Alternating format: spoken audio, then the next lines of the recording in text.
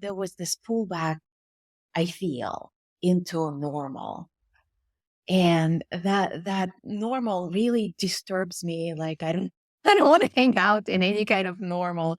I I I felt this transition, and where we went with our work is helping those who likewise are not really comfortable in the normal and not really content with the status quo, working with those who feel likewise disruptors, who are on the quest for bringing out their authentic selves more and more and more into the world and reinventing their work in the world and just always living on that edge of possibility. Welcome to Reward, the podcast of The Trust. We are the show specifically for women entrepreneurs who want to build businesses into the multi-million-dollar revenues and beyond, but especially because we know the reward is much greater than that. I'm Allie Brown, and I'm excited to introduce you to these diverse female leaders from a variety of industries, women making huge impact and who are unwilling to settle for the status quo. On the web, visit jointhetrust.org to learn more about our modern community for forward-thinking 7- and 8-figure women entrepreneurs. That's jointhetrust.org. See you there.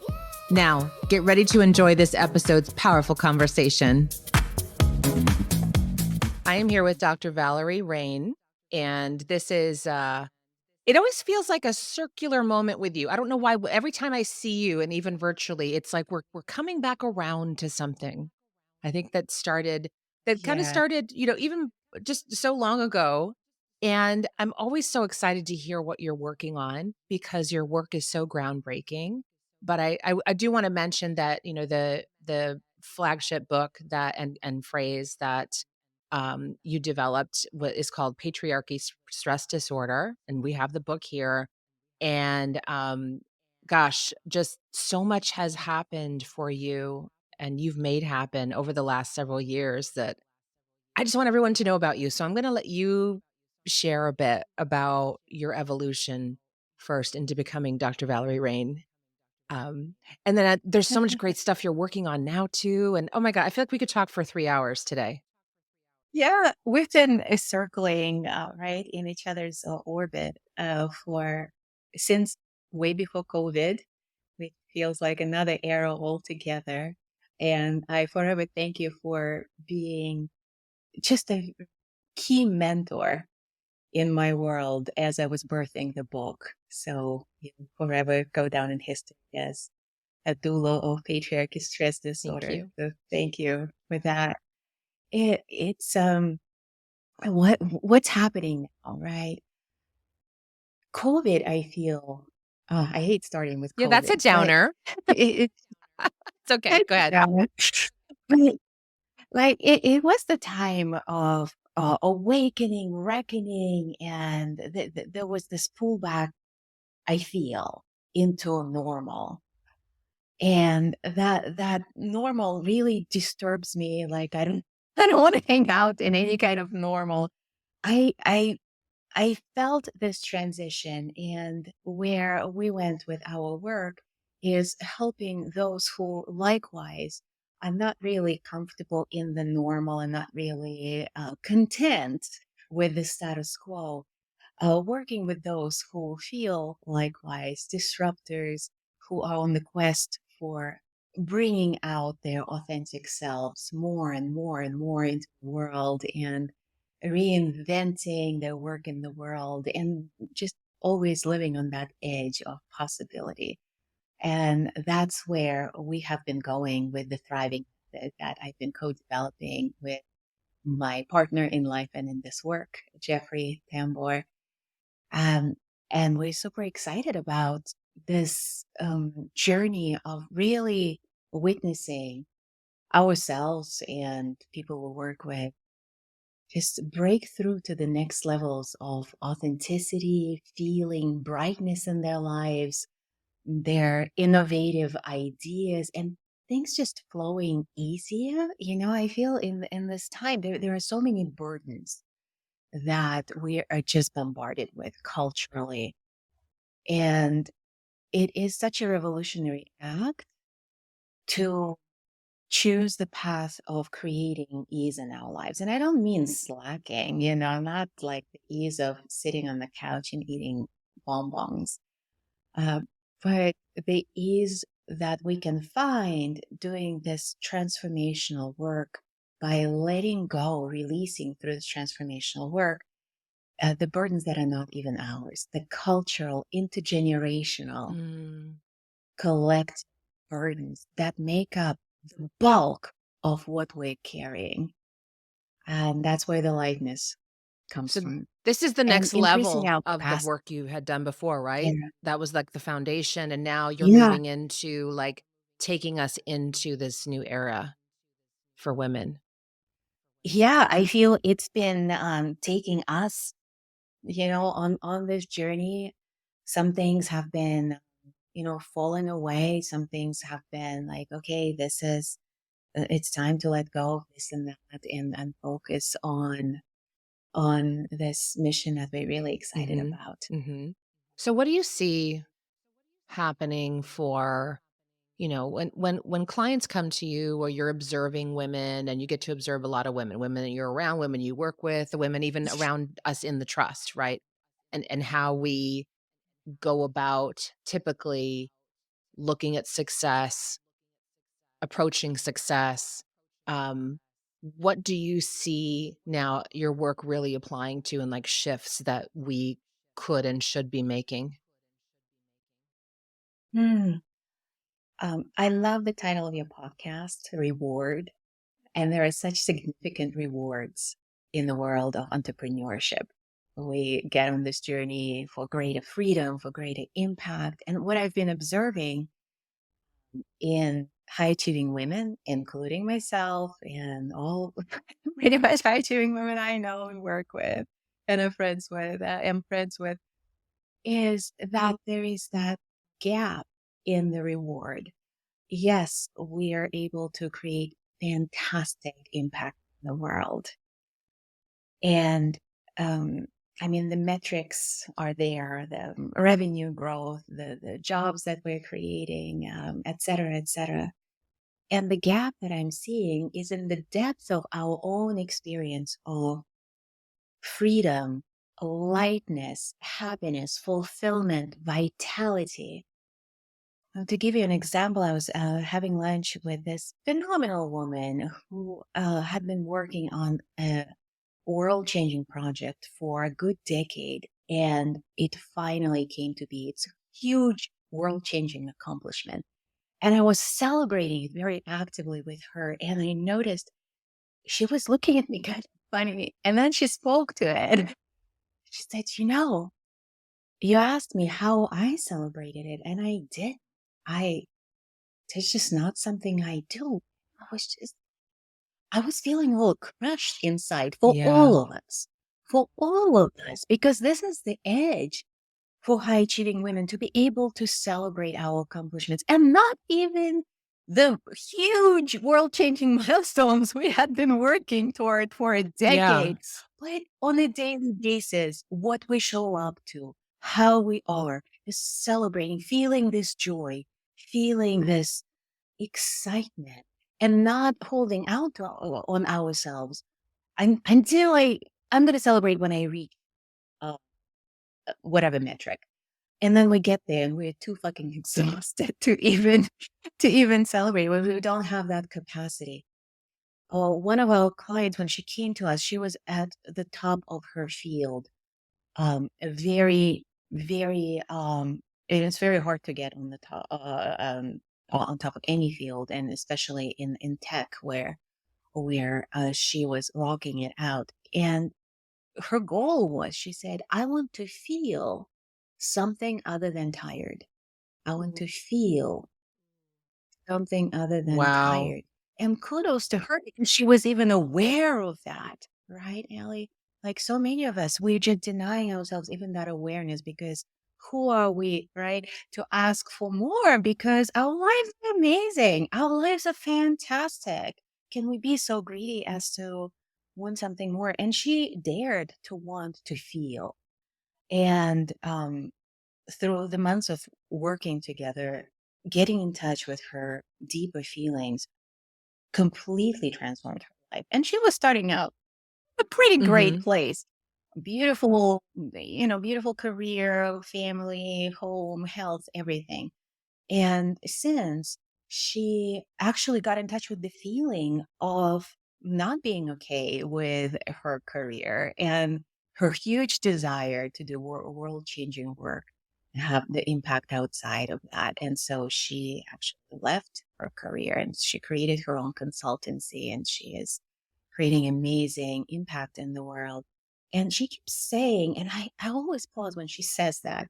She says, "You guys saved my life." And I always pause because her life did not look like it was in need of saving.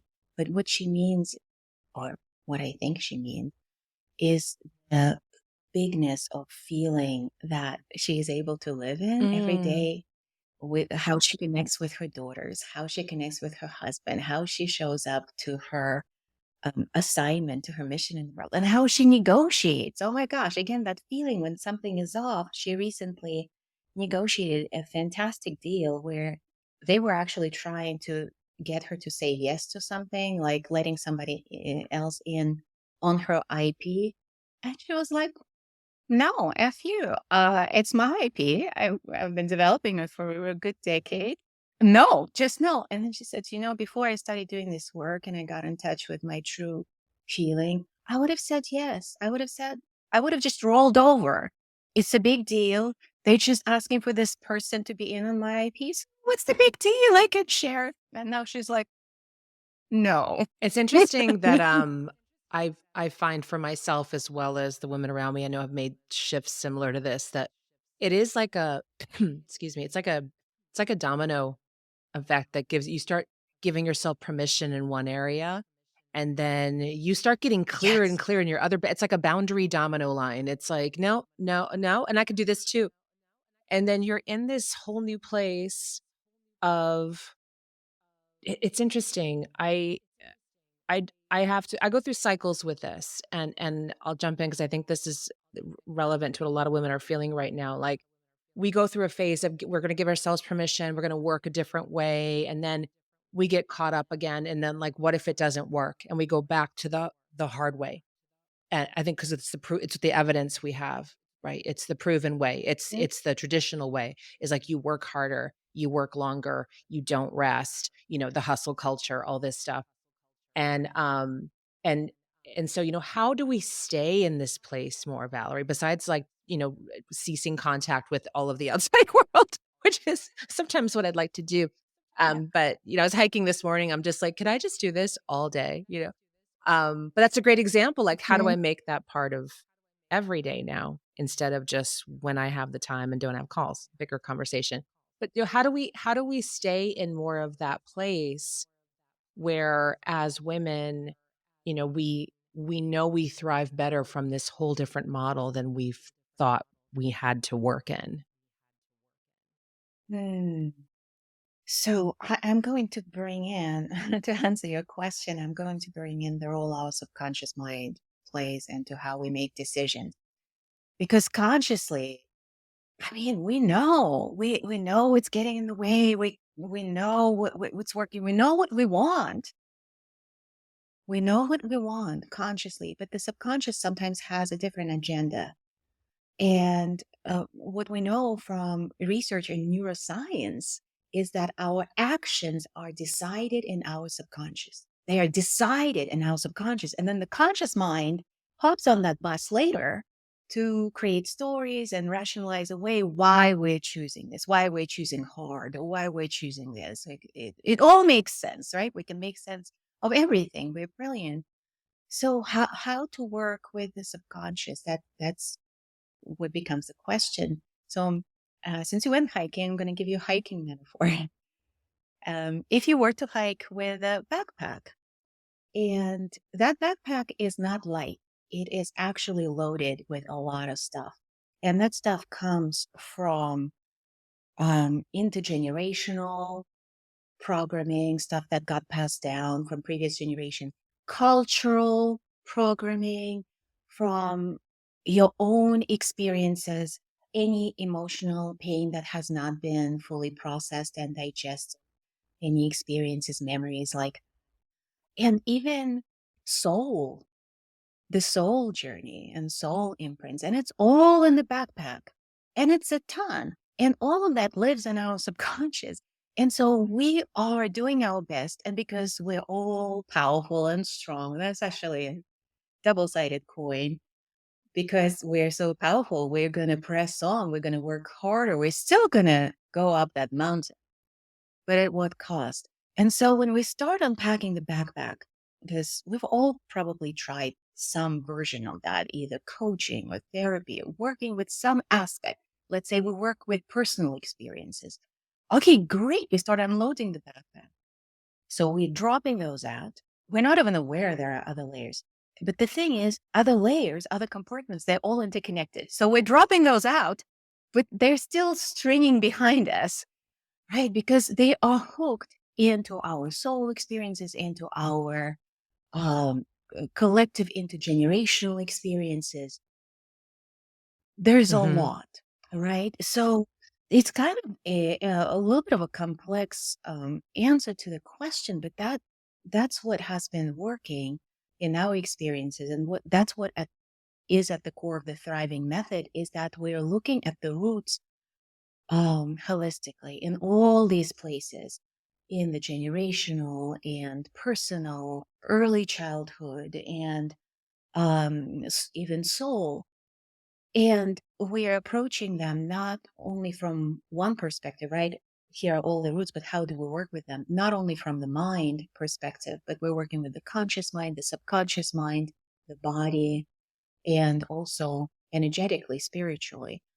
So that's in our experiences what unhooks all this load that we're carrying with us in that backpack, and we can effectively release Mm. it. What are the, results when women do that? Well, gosh, where do I begin? So any area, clarity in decision making, for example, right? No self doubt. Just hard to believe, right? When you drop something in, you get an instant answer. Like looking at our system holistically. Some systems talk about the three brains that we have up here in the head, in the heart, and in the gut. So doing this work, we're releasing the gunk, this load of patterns from our body, from our energetic system, right? From all these different roots. And we're able to then connect with clarity, with our heart, with our gut. And our conscious mind is also not Mhm. clouded. Our relationships, our connections with others, our intimacy, we're able to be in our vulnerability, in our joy, uh, because all that gunk creates defenses. It's hard for us to show up authentically. And Brene Brown calls joy the most vulnerable I remember emotion. she said that, she said it was the most difficult emotion to lean into because when you do, you feel Hmm. like you're tempting fate. Like you're tempting fate, exactly. But she doesn't exactly comment on why. And here is the why. Um, Intergenerationally, it has never been safe for women to show up authentically, to be who we are, to speak our minds, to show up in our power, to feel joy. So I'm going to give a little scientific bit Mm. here coming from research in epigenetics.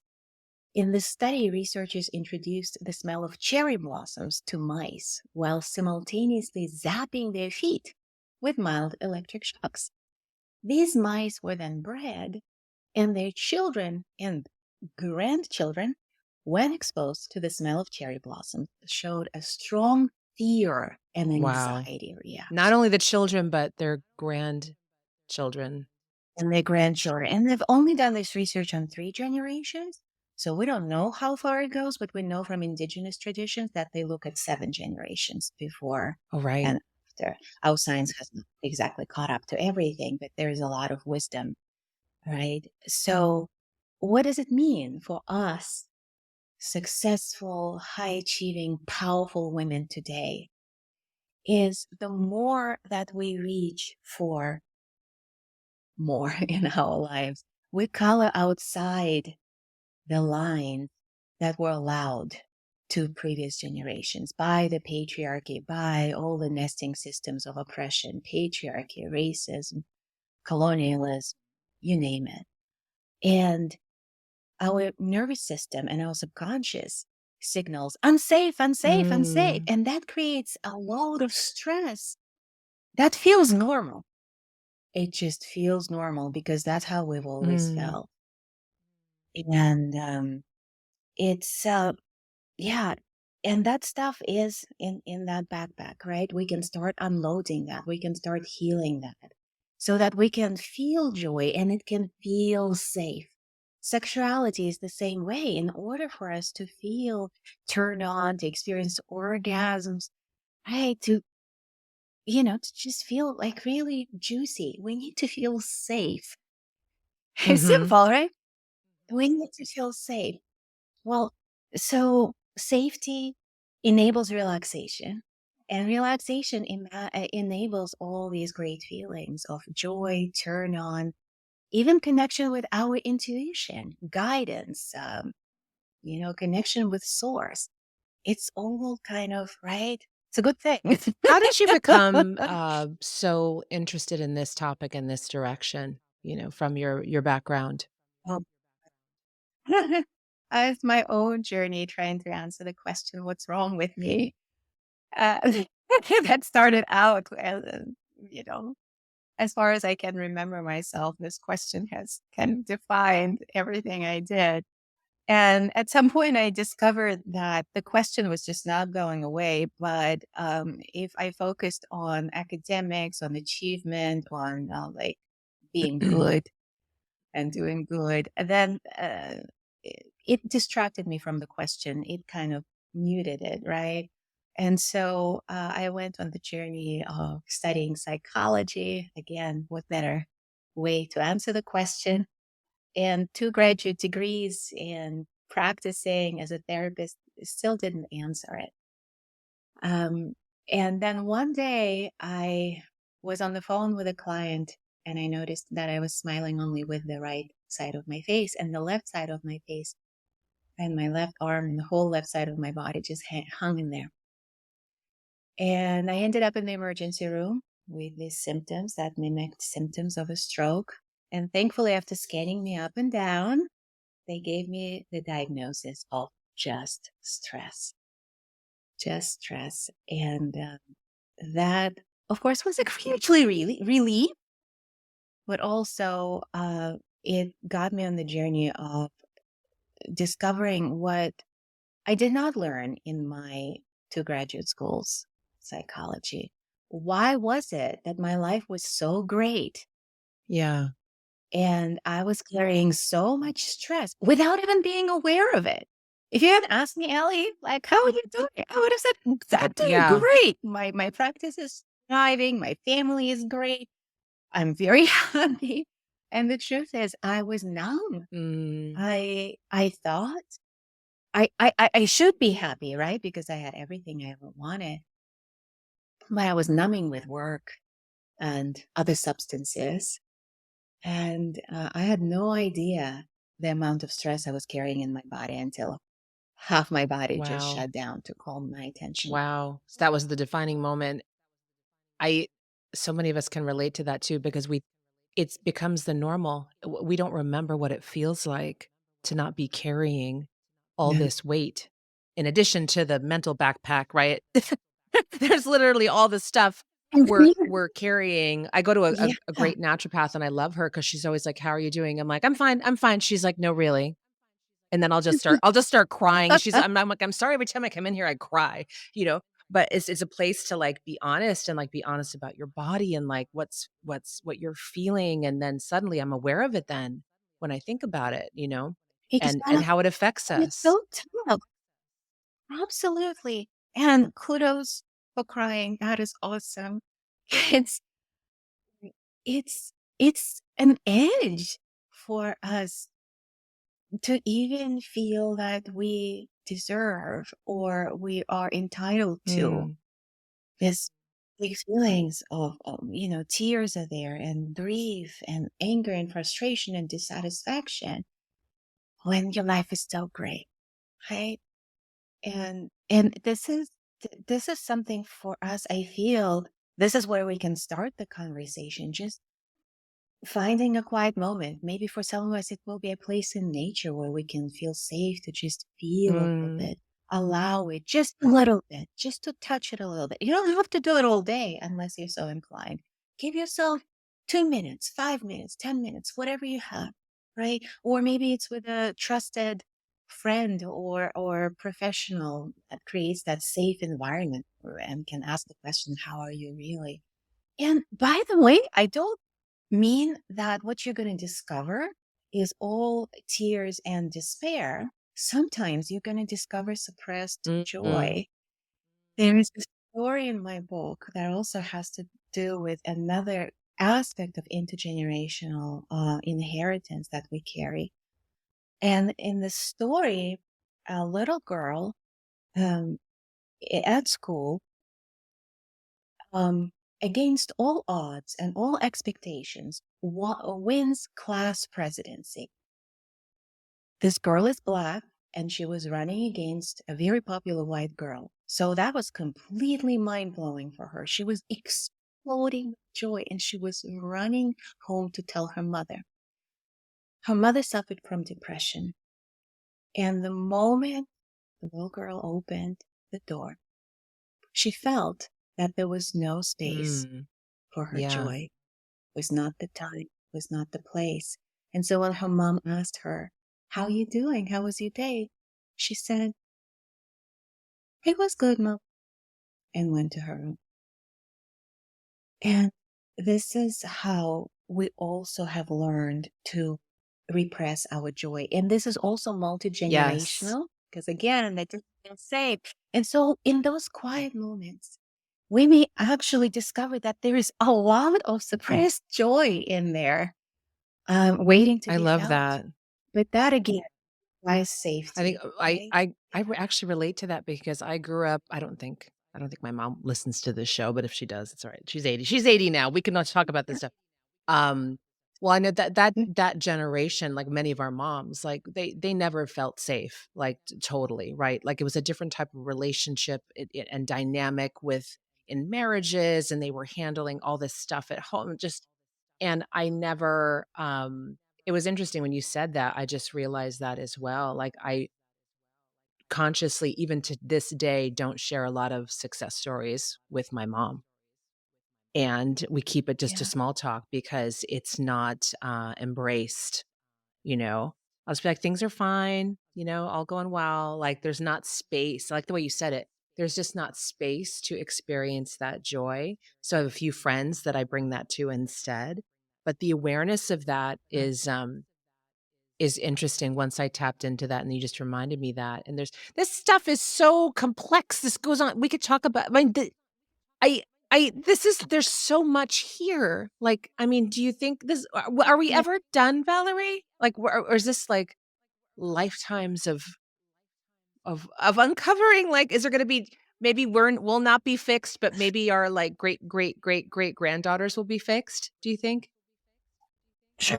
I don't know. What fun would it be if we ever like arrived at a final Yeah. destination and To it's come back in the final and future and see that all the women are totally fine.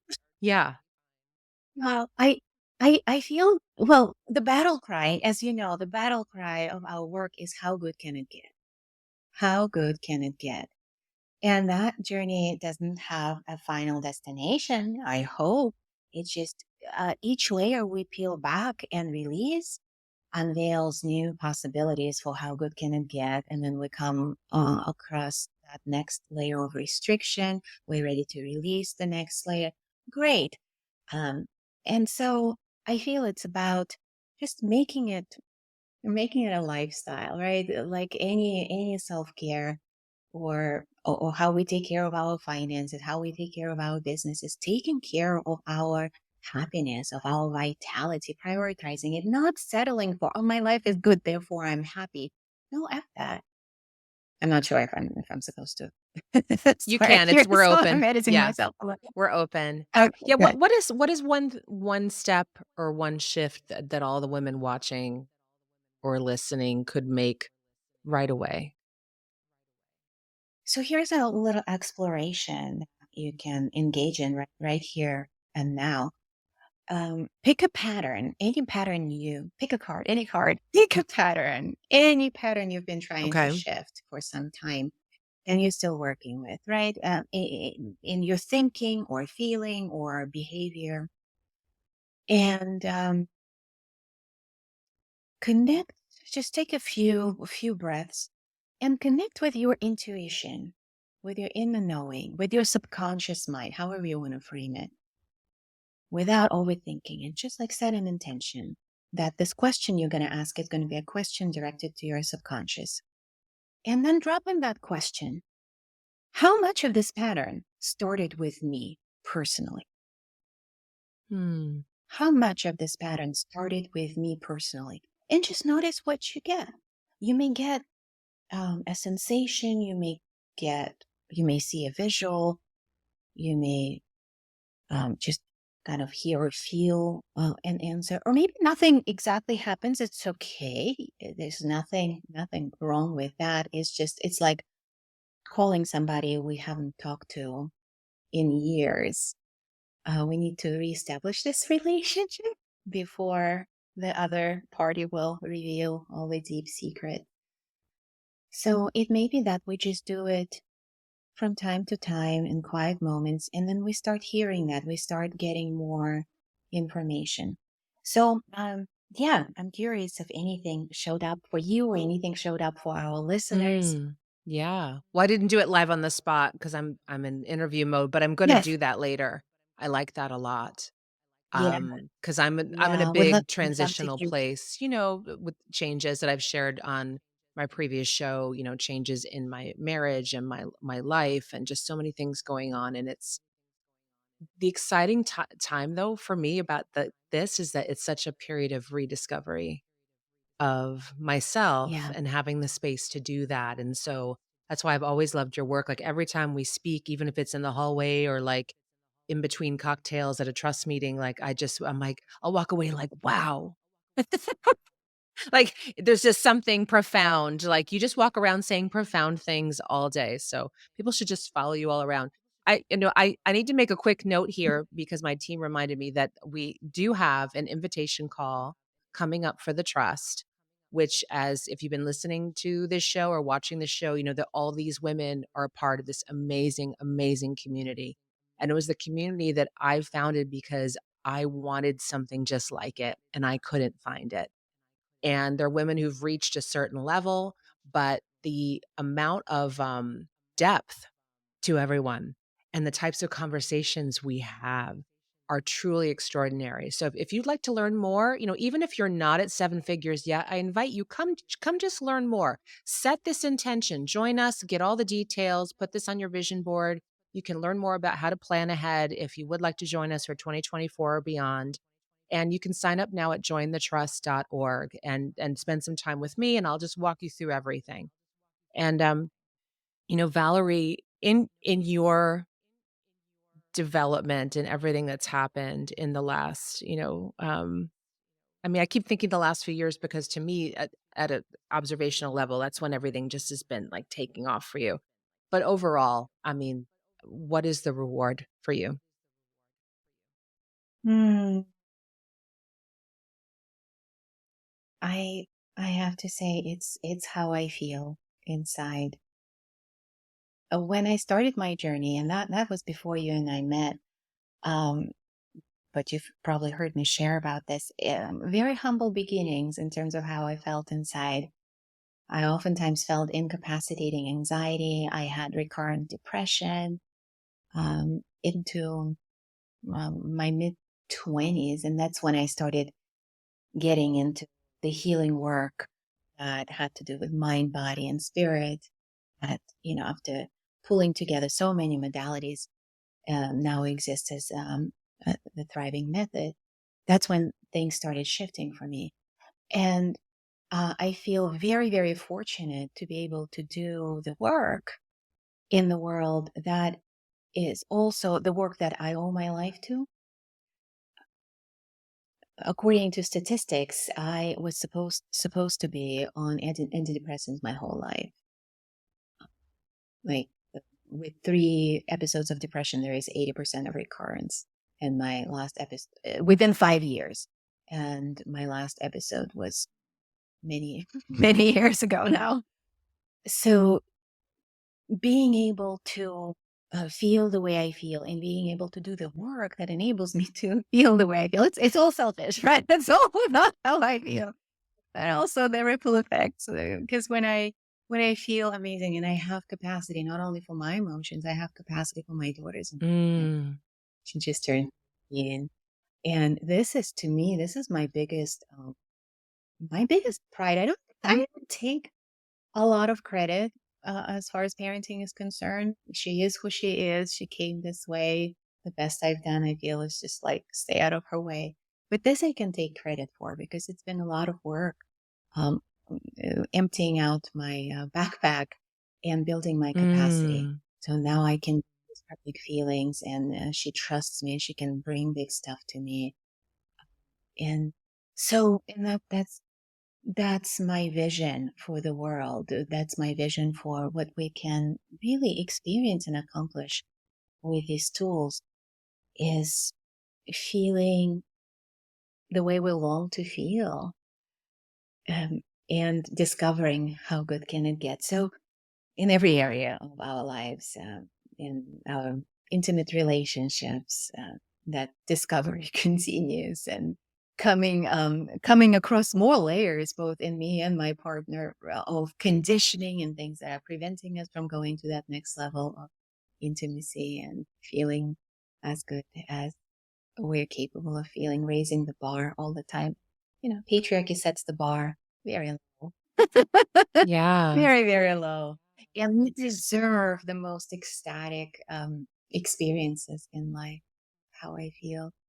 And one more reward that I want to mention.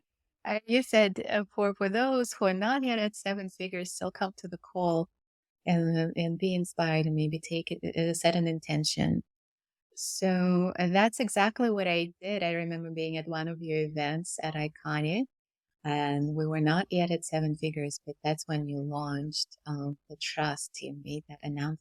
And I was like, damn, we're so Yeah. close, but not there yet.